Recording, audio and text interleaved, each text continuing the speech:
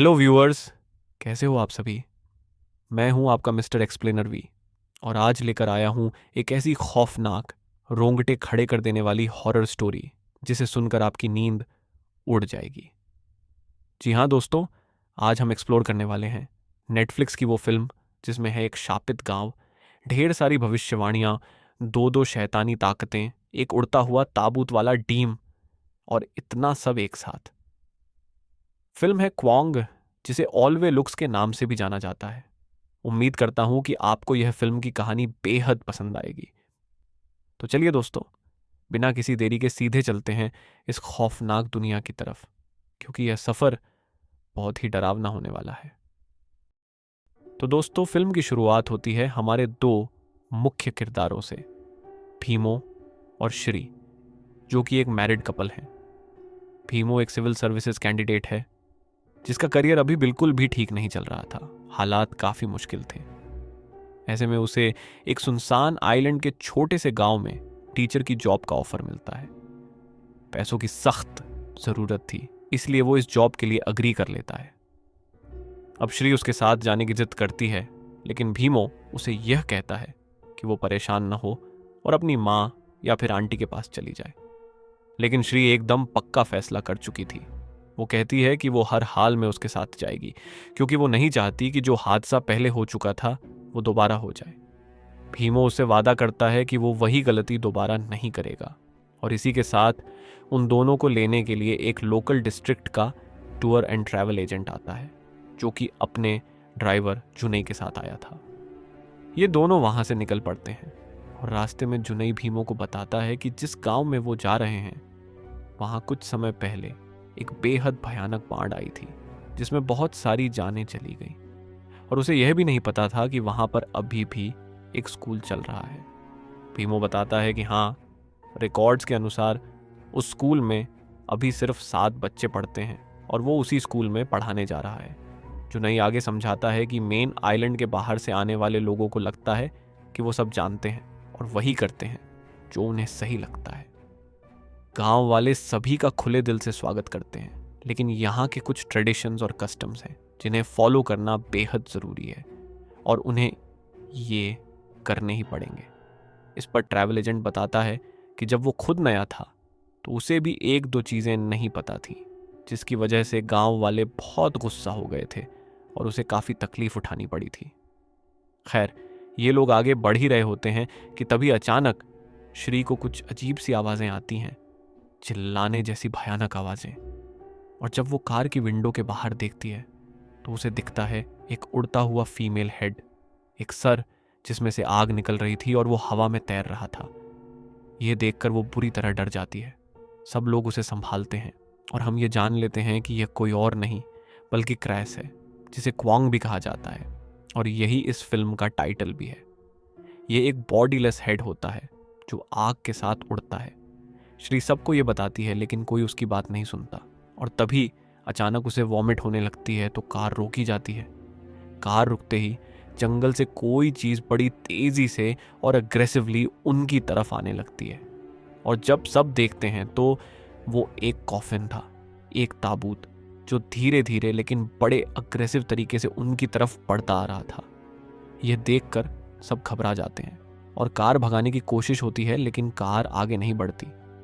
तब जुनई उन दोनों से एक एमुलेट ऑफ हवा मांगता है, और अगर वो नहीं है तो चावल या अंडा, कुछ भी जो हो, वो उसे दे देते हैं, जिसे वो उस कॉफिन पर फेंकता है, और तब जाकर कार आगे बढ़ती है।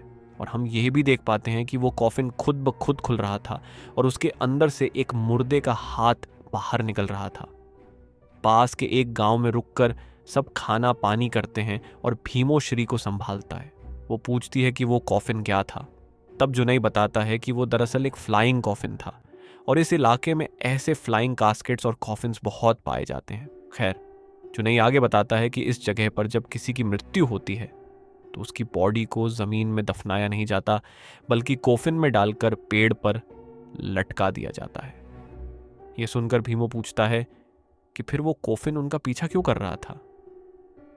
जुनई समझाता है कि अक्सर जो लोग काला जादू करते हैं उन्हें नेग्लेक्ट किया जाता है, तो वो यहाँ वहाँ भटक कर इंसानों का शिकार करने लगते हैं।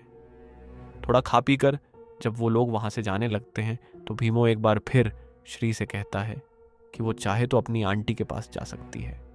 वो यह भी कहता है कि वो अब वही गलती दोबारा नहीं करेगा और यह जॉब उसने उन दोनों के लिए ही चूज की है ताकि वो मिलकर एक नई जिंदगी की शुरुआत कर सकें। लेकिन श्री का मन पक्का था, वो साथ जाएगी। अब गांव का सेक्रेटरी और वहां पढ़ाने वाला टीचर टिंजाइन उन दोनों को लेने आते हैं, ग्रीट करते हैं और थोड़ी बातें होती हैं। विलेज हेड ने उन दोनों के लिए एक बोट भेजी थी जिससे सेक्रेटरी उन्हें गांव तक ले जाएगा। टिंजाइन कहता है कि उसे अभी दूसरे स्कूल में पढ़ाने जाना है, इसलिए वो अभी साथ नहीं आ पाएगा। इन दोनों को रवाना करते हुए वो एजेंट और जुनई से पूछता है कि रास्ते में सब कैसा रहा, कुछ हुआ तो नहीं।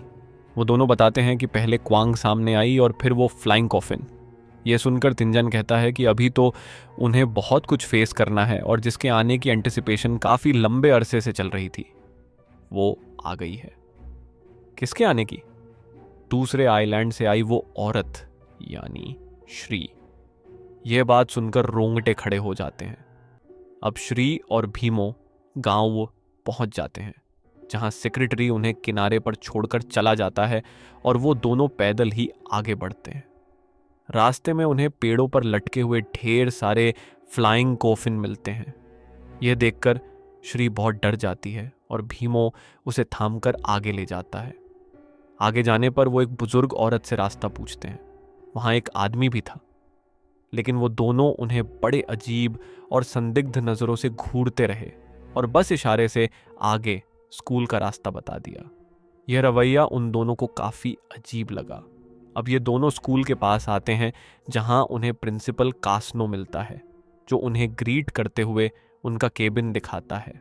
उसी के पास तिंजैन का भी एक केबिन बना हुआ था जहां वो पढ़ाने आने पर रुका करता था। कास्नो उन्हें केबिन दिखाकर खाना ऑफर करता है और बताता है कि यहाँ जो बाढ़ आई थी उसमें स्कूल के ढेर सारे बच्चे खत्म हो गए। अभी स्कूल में सिर्फ 7 बच्चे हैं, एक क्लास में 3 और एक में 4।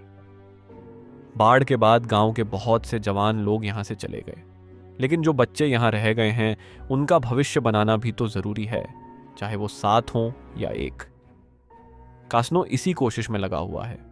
बातों बातों में वो यह भी याद दिलाता है कि खाना हो जाने के बाद यहाँ का एक ज़रूरी कस्टम है, अपनी सराउंडिंग्स को भी कुछ ऑन ऑफर करना होगा, यानी खाना ऑफर करना। ये इसलिए किया जाता है क्योंकि गांव वालों का मानना है कि जो उन्हें नेचर से मिला है वो उसे वापस भी लौटाते हैं। ये एक सेक्रेड परंपरा है।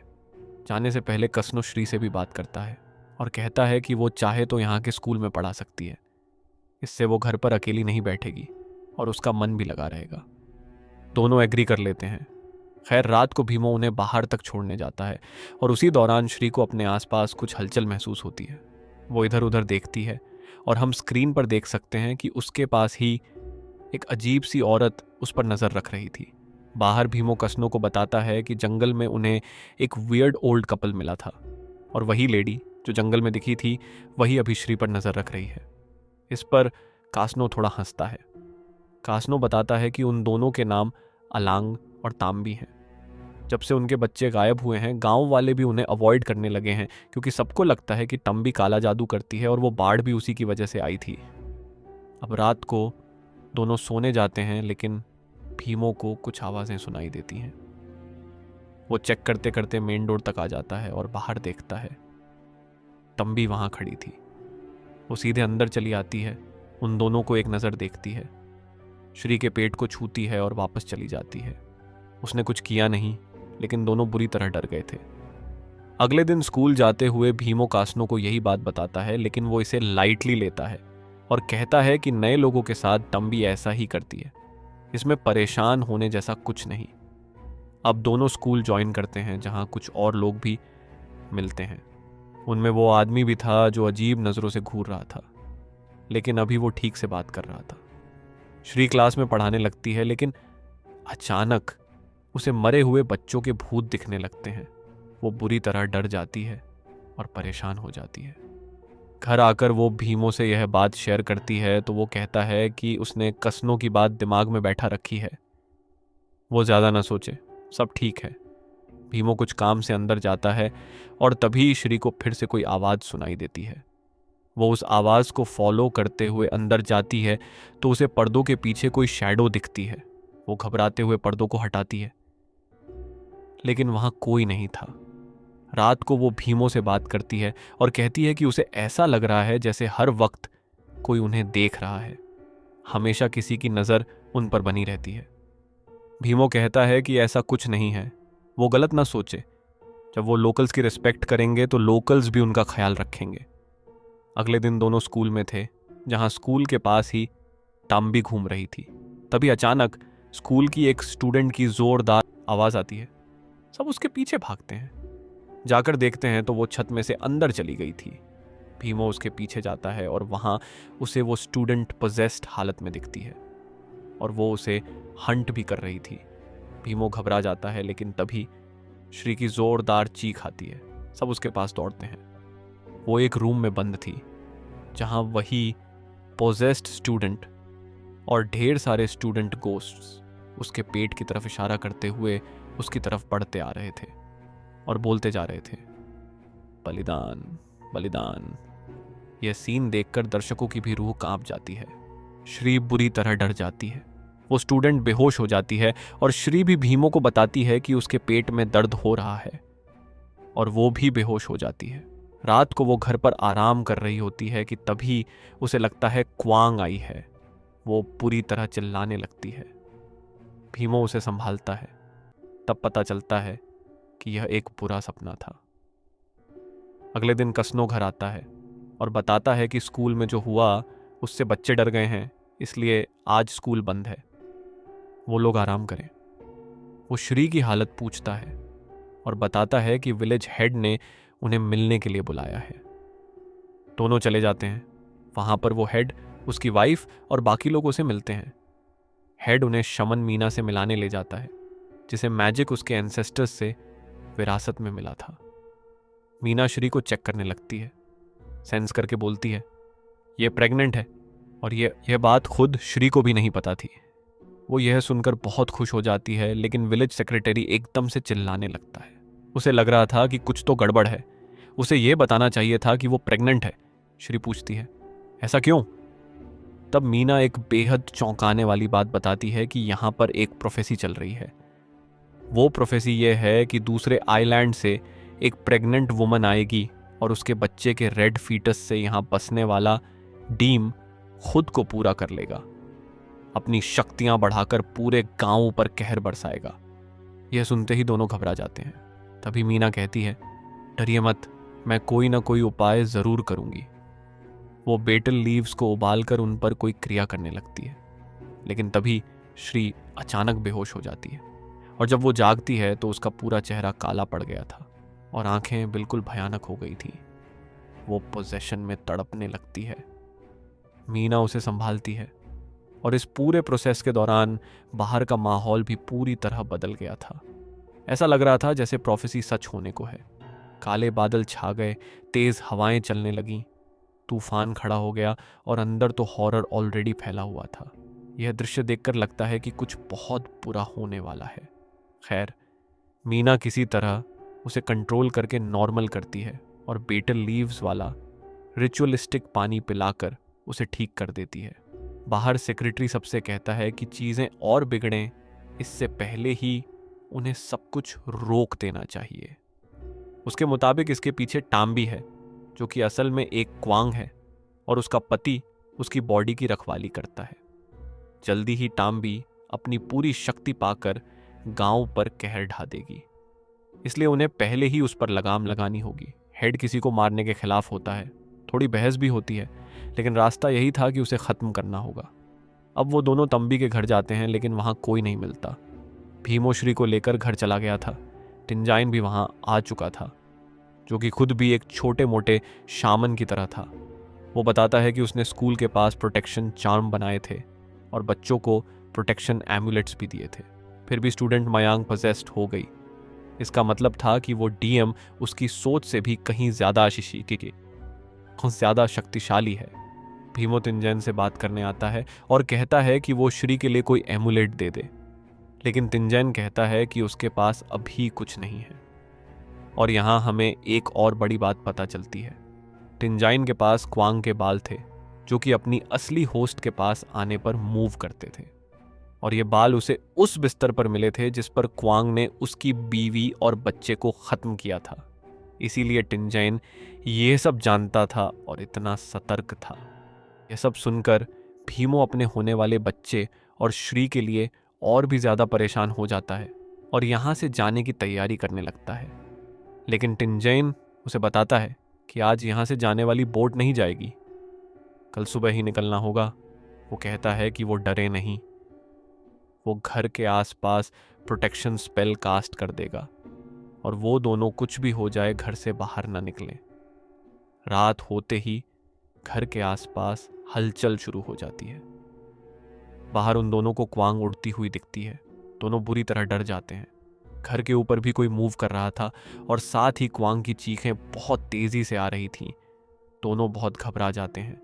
किसी तरह रात गुजर जाती है और वो सुबह जाने लगते हैं, लेकिन किसी ने फ्यूअल डालकर बोट जला दी थी। यहाँ से जाने का एकमात्र साधन खत्म हो गया था। भीमो और श्री अब यहाँ से नहीं जा सकते थे। अचानक वहाँ मौजूद ढेर सारे लोग पॉसेस्ड होने लगते हैं और श्री देखती है कि थोड़ी दूरी पर तांबी खड़ी उसे ही घूर रही है। जब भीमो उसे लेने आता है तो वो गायब हो जाती है। भीमो परेशान होकर श्री को हर जगह ढूंढता है, लेकिन वो कहीं नहीं मिलती। वो स्कूल तक आता है जहां उसे मयांग, वो पॉसेस्ड लड़की नजर दिखती है। वो उससे पूछता है तो वो इशारा करती है। वहां जाकर देखने पर उसे श्री का स्कार्फ और एक ब्रेसलेट पड़ा मिलता है। वो उस ब्रेसलेट को पहचान लेता है। लगता है ये सेक्रेटरी का है। वो उसके घर जाकर उससे लड़ने लगता है, लेकिन तभी हेड और मीना आकर उन्हें रोक देते हैं। वो उन्हें ब्रेसलेट दिखाता है, लेकिन सेक्रेटरी का ब्रेसलेट तो उसके घर पर ही रखा था। तब भीमो याद करता है, यह ब्रेसलेट तो तिनजाइन का है। मीना भी कहती है कि अगर उसने ही श्री को अगवा किया है तो उसी ने बोट जलाई होगी, और वही है जो तंबी और अलंग की मदद कर रहा है। उनका फॉलोअर है। उन्हें जल्द से जल्द श्री को ढूंढना होगा। मीना एक क्रिया करती है जिससे एक धुआं क्रिएट होता है जो उन्हें श्री के पास ले जाने लगता है।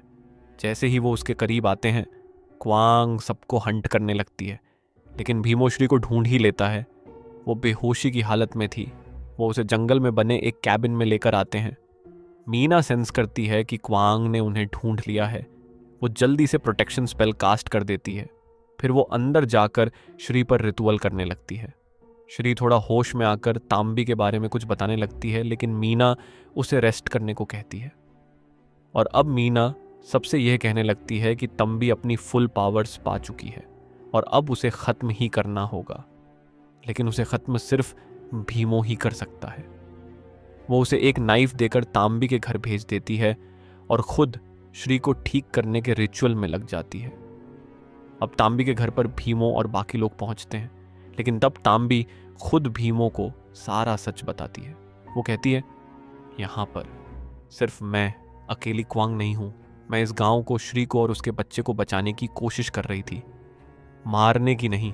तुम सबको असल में टीएम ने धोखा दिया है। और उधर हम देखते हैं कि तिनजैन उस केबिन तक पहुंच गया था। वो उस क्वांग को ढूंढ रहा था जिसके बाल उसके पास हैं, यानी उस क्वांग को जिसने उसकी बीवी और बच्चे को मारा था। और दोस्तों, अब खुलते हैं इस फिल्म के सबसे बड़े और चौंकाने वाले राज। इस गांव में दो क्वांग्स हैं।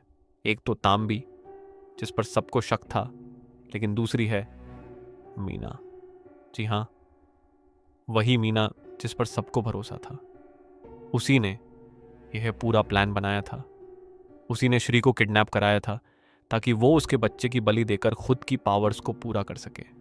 और उस दिन जब तांबी ने श्री के पेट को छुआ था, असल में उसने प्रोटेक्शन चार्म्स डाले थे ताकि वो सेफ रहे, लेकिन मीना ने वो चार्म्स हटा दिए।